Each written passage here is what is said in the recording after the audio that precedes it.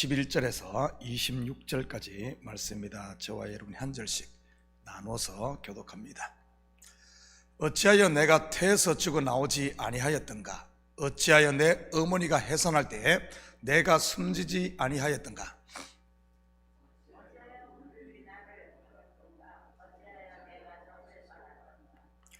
그렇지 아니하였던들 이제는 내가 평안히 누워서 자고 쉬었을 것이니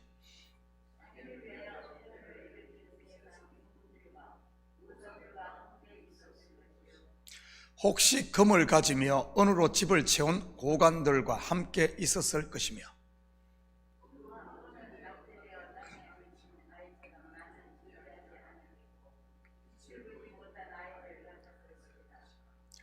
거기서는 악한 자가 소요를 거치며 거기서는 피곤한 자가 쉼을 얻으며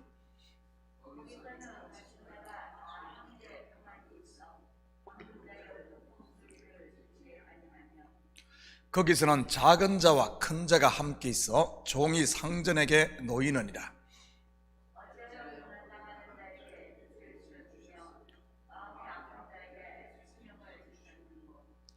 이러한 자는 죽기를 바라도 오지 아니하니 땅을 파고 숨긴 보배를 찾음보다 죽음을 구하는 것을 더하다가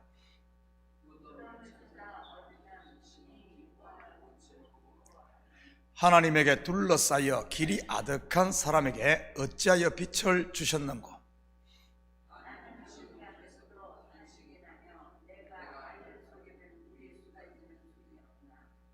내가 두려워하는 그것이 내게 임하고 내가 무서워하는 그것이 내 몸에 미쳤구나.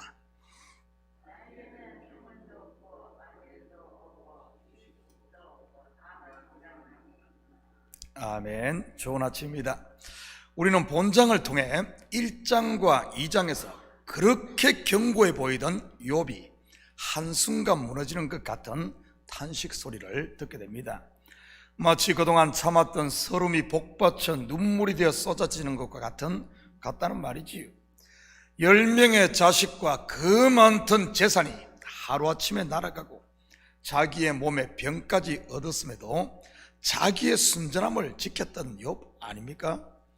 신약에서 이렇게 무너진 한 사람을 우리는 만나게 됩니다. 바로 사도 바울이지요.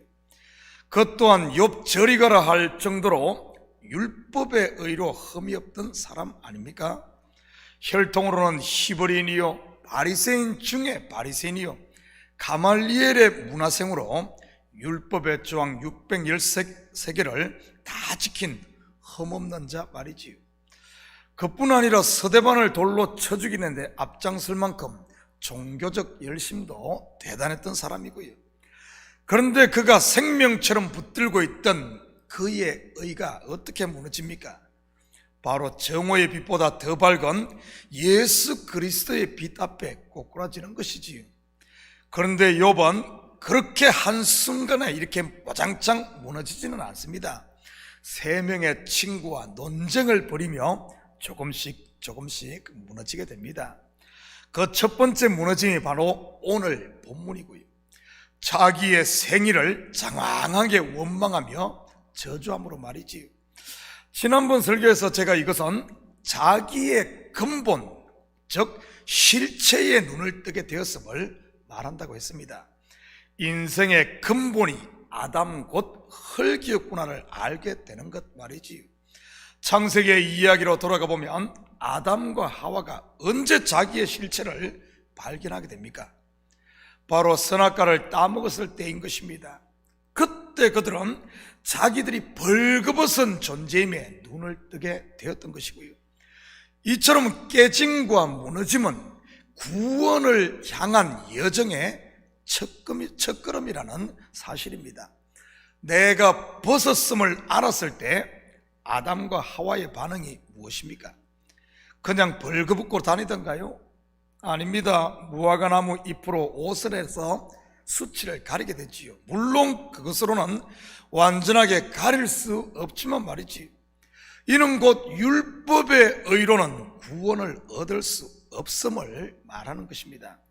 그렇지만 자기가 벗었음을 알 때 수치를 가릴 옷, 바로 구원을 갈망하게 되는 것입니다. 내가 어둠임을 깨달았을 때 빛을 강구하고 찾게 되는 것 말이지요. 그런데 욥은 누구를 향해 지금 탄식을 시작합니까? 자기의 생일, 곧 자기를 향해 탄식합니다. 우리식으로 말한다면 신세 한탄이라고나 해야 할까요?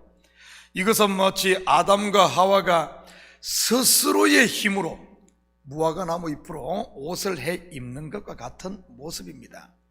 이스라엘도 마찬가지 반응을 보였지 않습니까? 그들에게 율법이 주어지자 그 율법으로 의를 주장하며 자기를 포장했던 것 말이지요.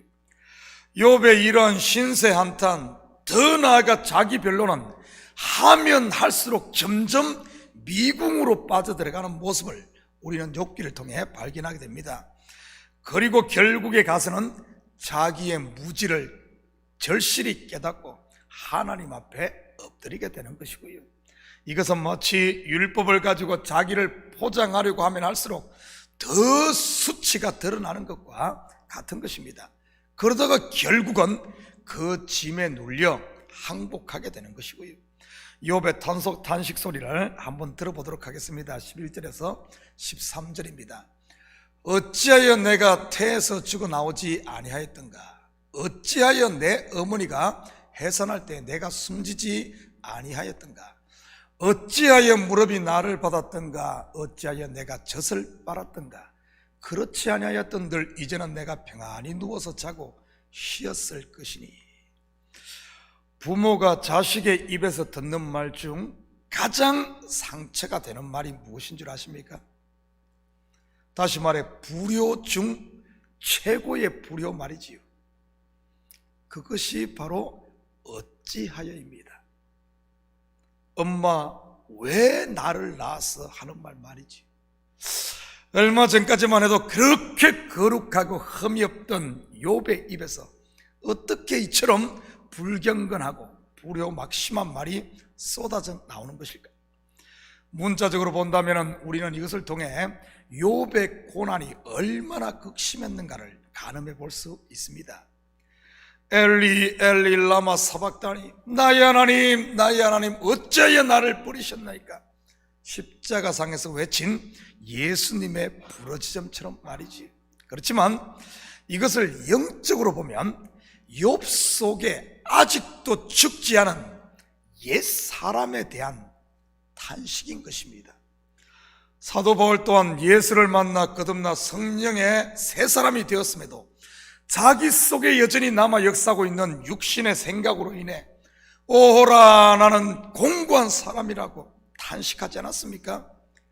이것은 단순히 고난당하는 욥의 탄식만이 아닌 모든 성도들의 탄식인 것입니다. 정령 영적으로 깨어있는 성도라면 말이지요. 내가 죽으면 참된 안식과 자유를 누릴 텐데 내 속에 있는 육신의 옛사람이 죽지 않아 당하는 시험과 고통 때문에 부르짖는 말이지. 그런데 이런 탄식은 나만 그런 것이 아닌 내 속에 있는 성령도 같이 함께 탄식한다는 사실 아십니까?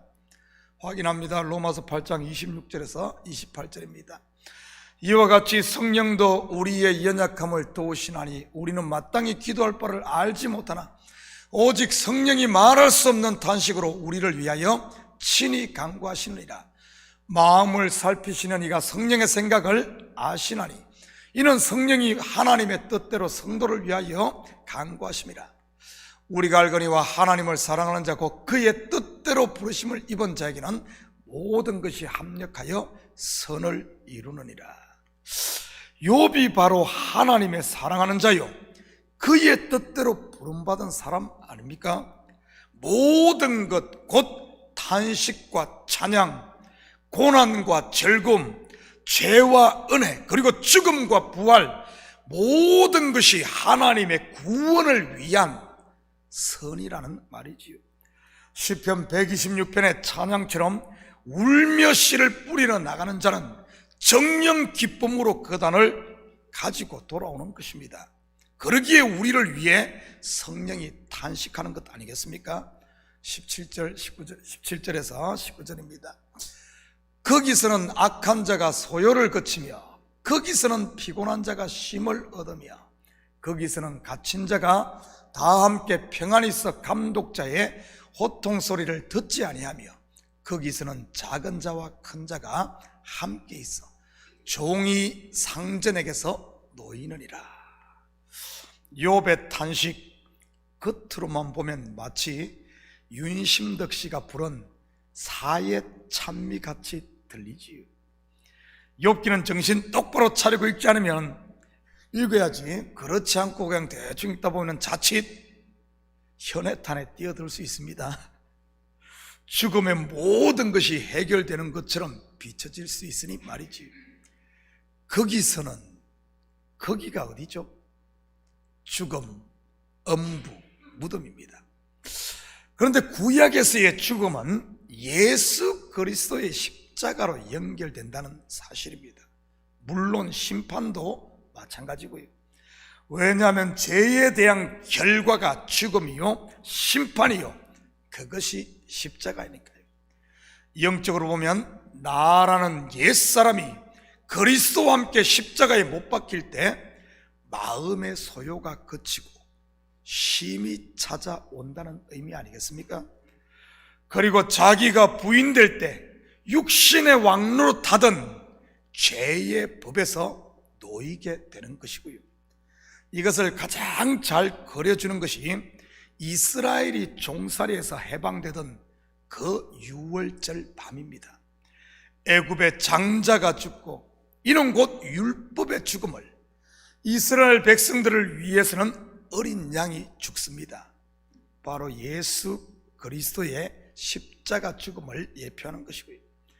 그때 이스라엘이 바로의 손, 곧 공중 권세 잡은 마귀의 권세, 죄의 권세, 사망의 권세에서 해방되는 유월절이 시작되지. 생일을 저주하는 욥을 통해 구원의 첫 단추인 지금 유월절을 묘사하고 있는 것입니다. 목매달아 죽으면 다 끝난다는 그런 말이 아니고요. 예수 없이 죽으면 안식과 노임이 아닌 영원한 형벌만 기다리고 있는 것 아닙니까? 이것은 또한 하나님의 자녀가 된 저와 여러분에게 있어서는 옛사람이 그리스도와 함께 죽는 자기 부인을 통해 얻을 평강을 이야기해주고 있는 것이고요. 사랑하는 성도 여러분, 여러분의 삶 가운데 이러한 욥의 탄식이 있습니까? 내가 죽지 않아 괴로워하는 나날들 말이지요. 성도에게 있어야 할 눈물과 탄식은 바로 이런 것이어야 하는 것입니다. 두 손 불끈 쥐고 더 크고 더 높이 더 많이 가지려고 해도 되지 않아서 탄식하며 우는 그런 눈물이 아니고요. 여러분, 성도에게서 참된 눈물, 참된 탄식, 이런 것이 여러분에게 있다면 여러분 더 이상 슬퍼하거나 괴로워하지 말고 즐거워하시기 바랍니다. 왜냐하면 애통하는 자에게 주어질 상이 바로 은혜와 평강의 하나님 나라, 곧 천국이니까. 오늘 하루도 잠시 있다가 없어질 세상 것 때문에 울지 마시고 천국을 위해 울고 탄식함으로 하나님의 거룩한 선을 이루고, 아침에는 울음이 있지만 저녁에는 입술에 찬양과 감사가 가득 차는 이런 복된 하루가 되시기를 주님의 이름으로 축복합니다. 같이 기도하십시다. 사랑의 아버지 하나님, 참으로 감사드립니다. 욥의 탄식, 아버지는 우리에게는 없습니까? 아버지는 나의 아담됨을 발견하고, 아버지 하나님 내 속에 아직도 옛사람이 역사함을 아버지는 발견할 때마다 십자가 앞에서 울고 탄식하는 바로 우리 성도의 아버지는 바람직한 탄식이 있어야 함에도 불구하고, 혹시 그것도 모르고 그냥 아버지 하나님 세상 것만 쫓아 살고 있지는 않습니까? 하나님, 우리 자신을 돌아보고 우리 속에 이런 아버지 하나님 옛 것들이 발견될 때마다 십자가 앞에 엎드림으로 이제는 그 매임에서 자유함을 누리고 찬양이 가득 찬 이런 삶이 될 수 있도록 여호와여 축복하여 주시옵소서. 아버지 하나님, 어제 떠난 선교팀 주께서 지키시고 오늘부터 아버지 하나님 선교 일정이 시작될 터인데 아버지 하나님 주의 영광만이 드러나게 하시고 악한 것 틈 못하도록 아버지 하나님 주님 보호하여 주시옵소서. 발걸음마다 주님의 사랑의 향기가 나게 하시고 아버지 하나님 생명의 아버지 하나님 발걸음이 될 수 있도록 복음 들고 산을 넘는 아름다운 이들의 발걸음 될 수 있도록 축복하여 주시옵소서. 우리 이곳에 남아있는 우리 성도들 아버지 하나님 그들을 위해 중보하며 아버지 하나님 마음으로 함께할 때 참으로 아버지 하나님 우리 한 명 한 명이 이 시대 하나님의 아버지 하나님 보내신 정인이요 선교사요 제자로 살아가는 저희들 되게 도와주시옵소서. 이 새벽도 간구하는 기도 제목마다 주님께 온전히 응답될 줄 믿사오며 이 모든 말씀 예수님의 이름으로 기도드립니다. 아멘.